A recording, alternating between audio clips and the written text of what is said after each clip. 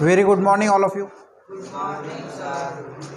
तर आज आपण सायन्समध्ये लेसन नंबर 3 याच्यामध्ये आपण मागच्या ज्या क्लासमध्ये फिजिकल चेंज काय असतो, केमिकल चेंज काय असतो आणि केमिकल रिॲक्शन कशा प्रकारे फिजिकल आणि केमिकल चेंज आपल्याला बदल घडून पाहायला मिळतो हे सर्व आपण पाहिलेलं आहे.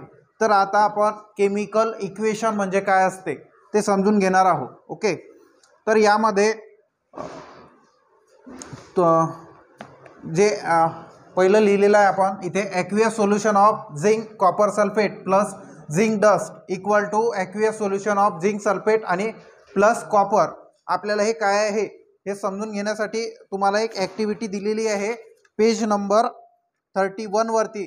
ओके, त्यामध्ये काय दिलेलं आहे, add zinc dust into copper sulphate solution. जेव्हा आपण काय करतो, जो झिंक डस्ट आहे, फॉर एक्झाम्पल हा काय आहे, झिंक डस्ट. ओके, आणि तो जर आपण कॉपर सल्फेट सोल्युशन, ते कसं आहे, ॲक्वियस सोल्युशन आहे. कसं सोल्युशन आहे, ॲक्वियस सोल्युशन आहे. काय, कॉपर सल्फेट. ओके, ह्या झिंक डस्ट जेव्हा आपण या कॉपर सल्फेट सोल्युशन मध्ये ऍड करतो, काय करतो, ऍड करतो, तेव्हा आपल्याला काय मिळते, aqueous solution of zinc sulphate. काय मिळते, aqueous solution of zinc sulphate म्हणजे ZnSO4. आणि जो कॉपर आहे तो आपल्याला अशा सॉलिड फॉर्म मध्ये या ठिकाणी पाहायला मिळतो. ओके, तर this is a simple way of representing. हे जे रिॲक्शन आहे, representing a chemical reaction in word is called as word equation. हे जे आपण रिॲक्शन लिहिलेली आहे हे वर्ड मध्ये लिहिलेली आहे, बरोबर ना. म्हणून मग आपण याला काय म्हणतो, वर्ड इक्वेशन. हे कोणतं इक्वेशन आहे, वर्ड इक्वेशन. अशा प्रकारे होईल ते वर्ड इक्वेशन. ओके, आपण सर्वात आधी काय केलं, copper aqueous copper sulphate solution घेतलं. ॲक्वियस म्हणजेच जे तरल आहे, ओके, पाण्यासारखं, त्याला आपण काय म्हणतो ॲक्वियस. त्यामध्ये आपण काय केलं, ॲड झिंक डस्ट ॲड केलं. काय केलं, ॲड झिंक डस्ट. त्यावरून आपल्याला काय मिळालं, ZnSO4 म्हणजेच aqueous solution of zinc sulphate. जे सोल्युशन आहे हे सुद्धा कसं होतं, ॲक्वियस होतं. आणि त्यामध्ये ॲज अ बाय प्रोडक्ट काय फॉर्म झालेला आहे, कॉपर. काय मिळालेलं आहे आपल्याला, कॉपर आणि ZnSO4. A word equation can be written in further condense by using formula. Okay, तर या वर्ड इक्वेशनला आपण कंडेन्स फॉर्म मध्ये सुद्धा लिहू शकतो बाय फॉर्म्युला. ओके, तर आपल्याला माहित आहे कॉपरचा फॉर्म्युला, बरोबर, आणि कॉपर सल्फेट म्हणजेच काय, CuSO4. याला आपण वर्ड न लिहिता असं कंडेन्स फॉर्म मध्ये लिहिलं, त्यांचे फॉर्म्युले यूज करून. कॉपरचा Cu अशा प्रकारे, ऑक्सिजनचा असेल तर O, सल्फर असेल तर S, क्लोरीन असेल तर Cl, अशा प्रकारे. झिंक आहे म्हणून इथे झिंक लिहिलं. ओके, त्यानंतर झिंक सल्फेट आहे म्हणून ZnSO4 आणि कॉपर प्लस Cu. तर अशा प्रकारे आपल्याला कंडेन्स फॉर्म सुद्धा फॉर्म्युलाने आपल्याला आलेला आहे. Okay, the representation of chemical reaction in a condense form using formulae is called as chemical equation. तर जेव्हा आपण फॉर्म्युल्याचा यूज करून, त्यांचे जे फॉर्म्युले आहेत, कॉपरचा Cu, अशा प्रकारचे जे फॉर्म्युले आहेत त्यांचा यूज करून, त्यांचा कंडेन्स फॉर्म करून आपण जर एखादी रिॲक्शन लिहित असू तर त्यालाच आपण काय म्हणतो, केमिकल रिॲक्शन. त्याला काय म्हणतो आपण, केमिकल रिॲक्शन असं म्हणतो. In the above copper sulphate, आता हे जे कॉपर सल्फेट आहे अँड झिंक आर रिॲक्टन्ट्स. तर आपल्या जे लेफ्ट हँड साईडला जे पाहायला मिळते त्याला आपण काय म्हणतो, रिॲक्टन्ट्स म्हणतो. काय म्हणतो, रिॲक्टन्ट्स. म्हणजे लेफ्ट हँड साईडला तुम्ही जर काही लिहित असाल, दोन फॉर्म्युले असतील, त्याला आपण काय म्हणत असतो, रिॲक्टन्ट्स. आणि राईट साईडला जे आहेत त्यांना आपण काय म्हणतो, प्रोडक्ट्स असं म्हणत असतो. काय म्हणतो, प्रोडक्ट. ओके, तर they are react with each other to form copper particles Cu and a solution of colorless zinc sulfate as a product having totally different properties. Okay, जेव्हा आपण कॉपर सल्फेट आणि zinc यांचं मिश्रण करतो तर ते react होतात. काय होतात? रिॲक्शन दाखवतात आणि आपल्याला कलरलेस, कसा? कलरलेस या ठिकाणी झिंक सल्फेट हा प्रोडक्ट पाहायला मिळतो. कळत आहे? Yes or no?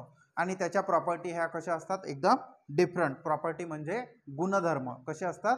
डिफरंट आपल्याला पाहायला मिळतात.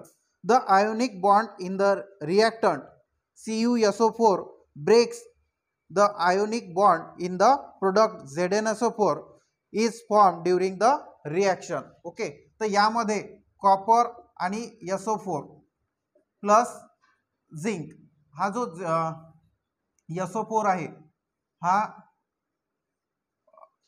सल्फेट ग्रुप जो आहे हा झिंकशी काय होतो? रिॲक्ट होतो आणि कॉपर हा जो आहे या ठिकाणाहून झिंक काय करतो? त्याला काढून टाकतो. म्हणजे जी झिंकची रिॲक्टिव्हिटी आहे ही कॉपरपेक्षा कशी आहे? जास्त आहे. ओके, आणि म्हणून कॉपर सुद्धा आपल्याला ॲज अ बाय प्रोडक्ट पाहायला मिळतो आणि प्रोडक्टमध्ये आपल्याला ZnSO4 झिंक सल्फेट हा कलरलेस सोल्युशन आपल्याला झालेला पाहायला मिळतो. कॉपर सल्फेट हे एक ब्लू सोल्युशन असते. ब्लू मधून ते कशामध्ये टर्न होते? कलरलेस सोल्युशन आपल्याला पाहायला मिळते. आता नेक्स्ट आहे writing a chemical equation.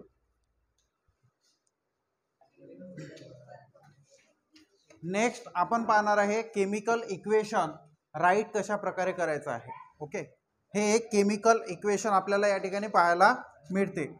Copper sulphate plus zinc that gives zinc sulphate plus copper. Left hand साईडला जेही आपण राईट करणार त्याला आपण काय म्हणतो? रिॲक्टंट. आणि राईटला जेही राईट करणार त्याला आपण काय म्हणतो? प्रोडक्ट असं म्हणतो.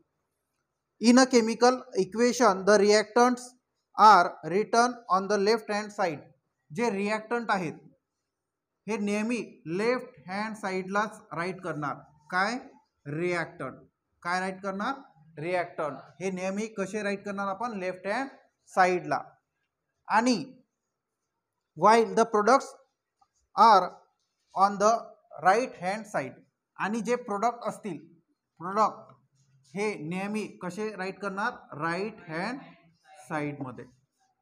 कळत आहे? हे मी एक केमिकल इक्वेशन या ठिकाणी लिहिलेलं आहे. तर आपण काही नियम त्याचे पाहत आहोत. An arrow heading towards the product is drawn between them.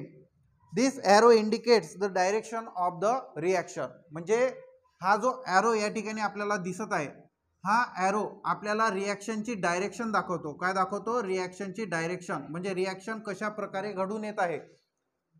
Zinc sulphate plus copper आपण यांना ऍड केलेलं आहे की कॉपर सल्फेट प्लस झिंक यांना ऍड केलेलं आहे. तर arrow दाखवेल आपल्याला रिॲक्शन कुठून कशी घडत आहे. कळत आहे? सेकंड, इफ द रिएक्टंट और प्रोडक्ट आर 2 और मोर. जे रिएक्टंट हे 2 किंवा 2 पेक्षा जास्त असतील किंवा प्रोडक्ट हे 2 किंवा 2 पेक्षा जास्त असतील तर they link with the plus sign in between them. तर त्यांच्या मध्ये आपण कोणतं साइन देणार आहे? प्लस साइन देणार आहे. कळत आहे? त्यांच्या मधात आपण कोणतं साइन देणार आहे? प्लस साइन दाखवणार आहे. फॉर एक्झाम्पल या ठिकाणी तुम्हाला दिसू शकते की CuSO4 प्लस झिंक. आता हे दोन वेगवेगळे या ठिकाणी आपल्याला दोन सबस्टन्स पाहायला मिळतात. त्यांना लिंक करण्यासाठी, त्यांना जॉईन करण्यासाठी आपण काय दाखवलेलं आहे? प्लस साइन दाखवलेलं आहे. त्यानंतर next third, to make a chemical reaction a chemical equation more informative, the physical states of the reactants are indicated in the equation. तर आपल्याला जे आपण रिॲक्शन लिहिलेली आहे ही आपल्याला मोर इन्फॉर्मेटिव्ह जर करायची असेल, इन्फॉर्मेटिव्ह म्हणजे एखाद्याला पाहून समजलं पाहिजे की याच्यामध्ये काय काय फॉर्म झालेला आहे. सबस्टन्स जो आहे, जो प्रोडक्ट आपल्याला मिळालेला आहे तो सॉलिड आहे, लिक्विड आहे, गॅस आहे, कशा फॉर्ममध्ये आपल्याला पाहायला मिळतो हे जर आपल्याला दाखवायचं असेल तर त्यामध्ये their gaseous, liquid and solid states, there gaseous असेल, लिक्विड असेल किंवा सॉलिड स्टेटमध्ये आपल्याला एखादा प्रोडक्ट मिळत असेल तर त्याला आपण कशा प्रकारे इंडिकेट करणार आहोत. गॅस असेल तर त्याला आपण स्मॉल जी नी इंडिकेट करणार. काय करणार? स्मॉल जी. त्यानंतर लिक्विड असेल तर यल नी इंडिकेट करणार आणि सॉलिड असेल तर स्मॉल यस नी इंडिकेट करणार आहोत. ते इंडिकेट करण्यासाठी तुम्ही अशा प्रकारचे स्मॉल लेटर त्याच्या बेसला राईट करू शकता इन ब्रॅकेट, आणि ते अशा प्रकारे ब्रॅकेटमध्ये राईट करायचे आहे. Moreover, if the product is gaseous instead of G it can be indicated by an arrow pointing upwards. जर गॅस असेल तर तुम्ही अशा प्रकारे त्याला अपवर्ड एरोनी सुद्धा राईट करू शकता.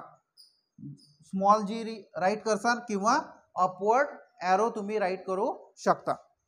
त्यानंतर it can B indicate if the product form is insoluble solid. Okay, जर प्रोडक्टमध्ये आपल्याला इनसोल्युबल सॉलिड मिळत असेल, फॉर एक्झाम्पल एखादं मेटल मिळत असेल त्यामध्ये बाय प्रोडक्टमध्ये जो की इनसॉल्युबल आहे, त्याला आपण इंडिकेट करण्यासाठी काय राईट करणार? Downward arrow. काय राईट करणार? डाऊनवर्ड एरोनी त्याला आपण दाखवणार आहे. म्हणजे तो काय असतो? प्रेसिपिटेट असतो. काय असतो? प्रेसिपिटेट. याचा अर्थ काय होतो? इनसोल्युबल सॉलिड, जो की विरघळणार नाही, सोल्युबल होणार नाही. ओके, त्याला डिनोट करण्यासाठी आपण काय करतो? Downward arrow.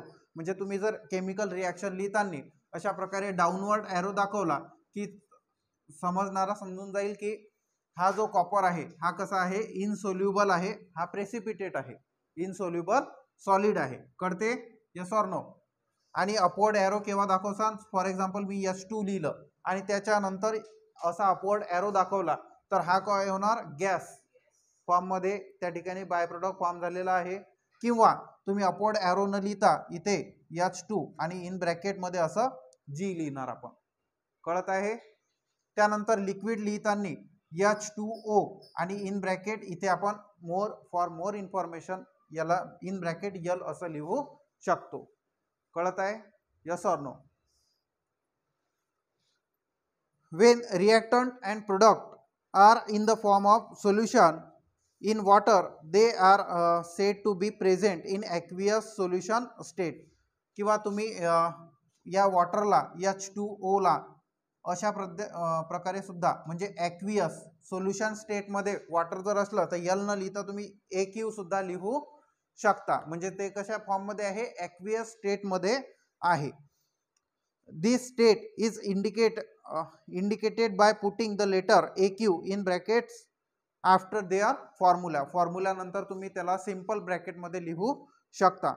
ओके, तर यावरून हे जे इक्वेशन आपण या ठिकाणी लिहिलेलं आहे, ओके, याला आपण याच्यामध्ये आपण काय काय बदल करू शकतो? CuSO4 हे काय आहे? एक सोल्युशन आहे. ओके, कसं आहे? ॲक्वियस सोल्युशन आहे. कसं आहे सोल्युशन? ॲक्वियस आहे. झिंक काय आहे इथे? झिंक काय आहे सांगा? सॉलिड स्टेटमध्ये आहे. Yes or no? सॉलिड स्टेटमध्ये आहे.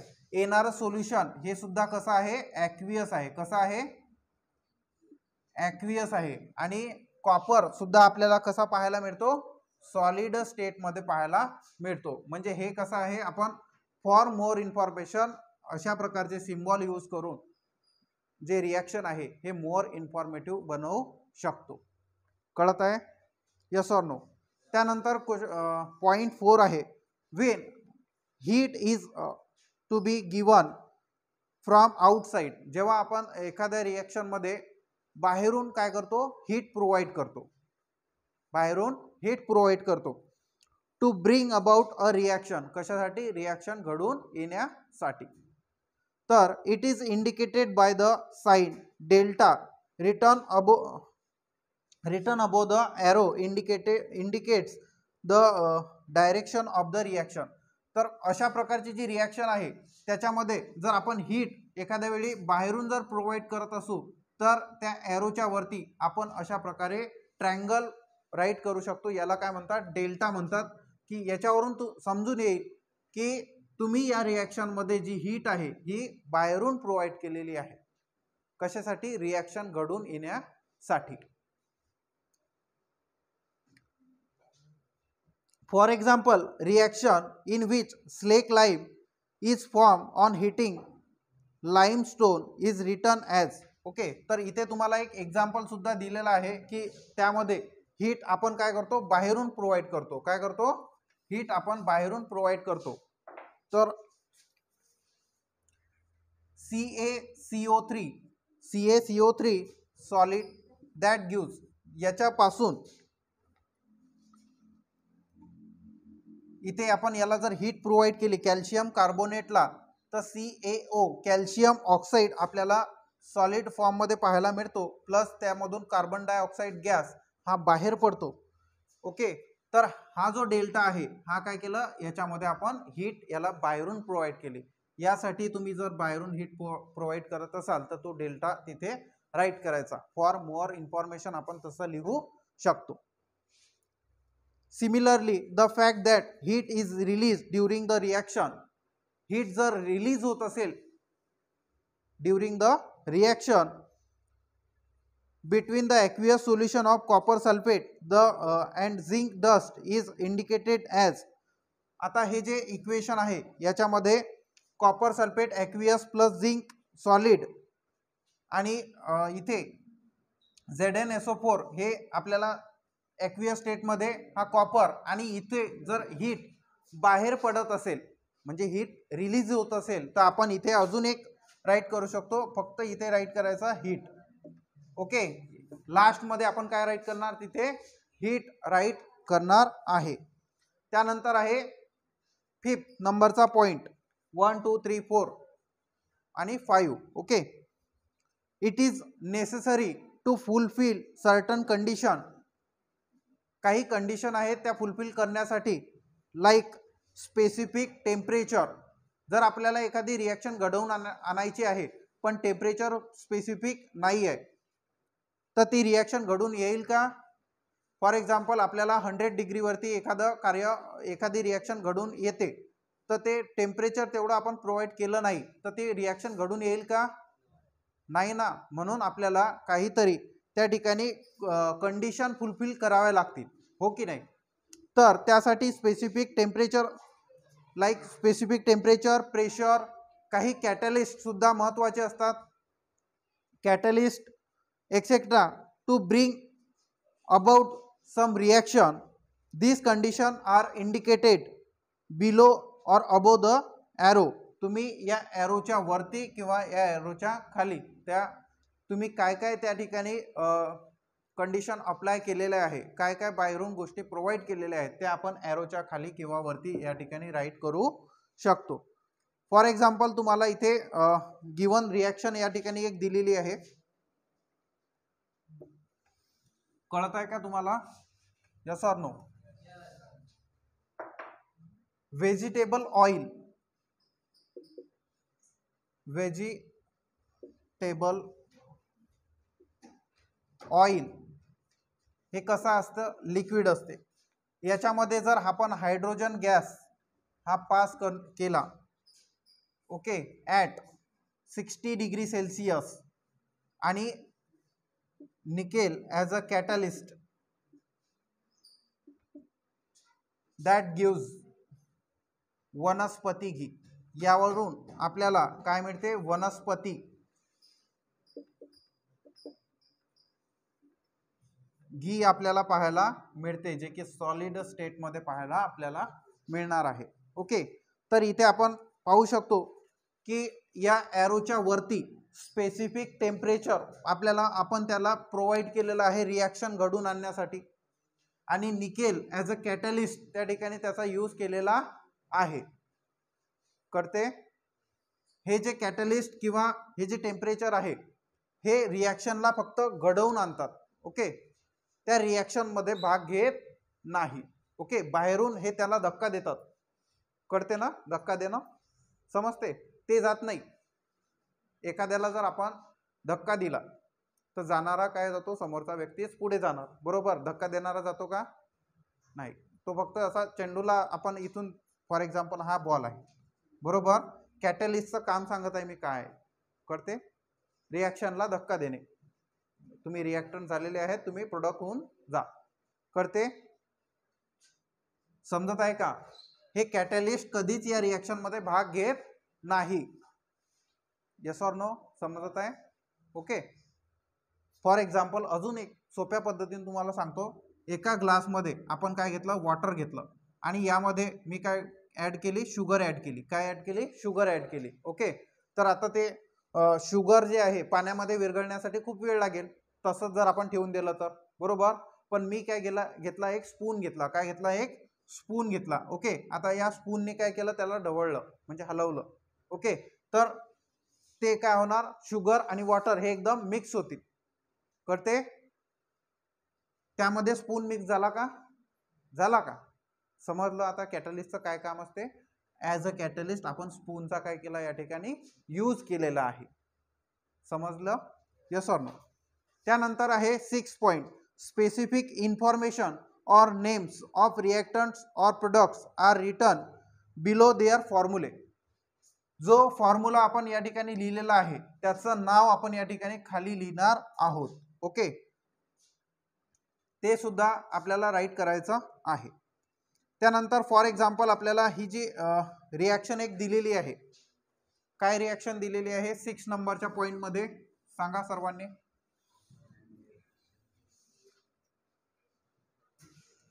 Cu copper solid plus 4 aqueous that gives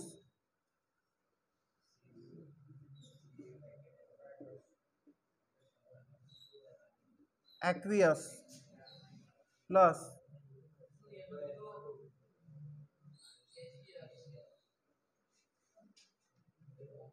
plus 2H2O liquid. Okay.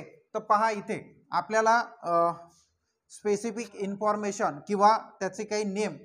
Specific information म्हणजेच काय, हा HNO3 जो आहे हा आपल्याला इथे दिलेला आहे कॉन्सन्ट्रेटेड. कसा दिलेला आहे? कॉन्सन्ट्रेटेड दिलेला आहे. कसा आहे? कॉन्सन्ट्रेटेड आहे. ही एक स्पेसिफिक इन्फॉर्मेशन आहे. अतिशय तीव्र आहे. कॉन्सन्ट्रेटेड म्हणजेच काय? तीव्र आहे. ओके. ते सुद्धा राईट करायचं आहे. स्पेसिफिक इन्फॉर्मेशन किंवा नेम्स ऑफ रिॲक्टंट किंवा प्रोडक्ट. त्या रिॲक्टंटचे किंवा प्रोडक्टचे आपल्याला इथे काय राईट करायचे आहे? नेम सुद्धा राईट करायचे आहेत. ओके. तर फॉर एक्झाम्पल या रिॲक्शन मध्ये copper on reaction with concentrated nitric acid. हा जो कॉपर आहे याची रिॲक्शन जर आपण कॉन्सन्ट्रेटेड नायट्रिक ऍसिड सोबत जर केली तर gives reddish colour poisonous nitrogen dioxide gas. हा जो रेडिश कलर आहे कशाचा? Poisonous nitrogen dioxide gas. Okay. आपल्याला ॲज अ प्रोडक्ट या ठिकाणी पाहायला मिळतो. आणि हाऊ एव्हर जर तुम्ही या कॉन्सन्ट्रेटेड ऐवजी नायट्रिक ऍसिड जे आहे हे जर डायल्यूट घेतलं, ओके, पहा किती फरक पडतो यामध्ये. हे जर डायल्यूट घेतलं तर तुम्हाला as a nitric oxide gas पाहायला मिळतो. काय मिळतो? Nitric oxide. म्हणजे जर तुम्ही या ठिकाणी जो रिॲक्टंट आहे त्याच्यामध्ये कॉन्सन्ट्रेटेड आणि डायल्यूट याच्यामध्ये किती फरक आहे, बरोबर. म्हणून जर एखादा सबस्टन्स जरी असेल तर त्याच्यावरती लिहितात, त्या बॉटलवरती आपल्याला लिहिलेलं पाहायला असते की हे कॉन्सन्ट्रेटेड आहे की डायल्यूट आहे. ओके. त्यामुळे आपण नेक्स्ट याचा यूज करणार. नेक्स्ट आपल्याला एक रिॲक्शन दिलेली आहे, reaction of sodium chloride with silver nitrate. ते आपण नेक्स्ट पिरियडमध्ये पाहणार आहोत. हे समजलं तुम्हाला कशा प्रकारे आपण केमिकल इक्वेशन राईट करताना कोणकोणती इन्फॉर्मेशन किंवा कशा प्रकारे रिॲक्टंट कुठे लिहितात, प्रोडक्ट कसे लिहितात, समजलं? Yes or no? Thanks for watching. Thank you. हां, थँक्यू.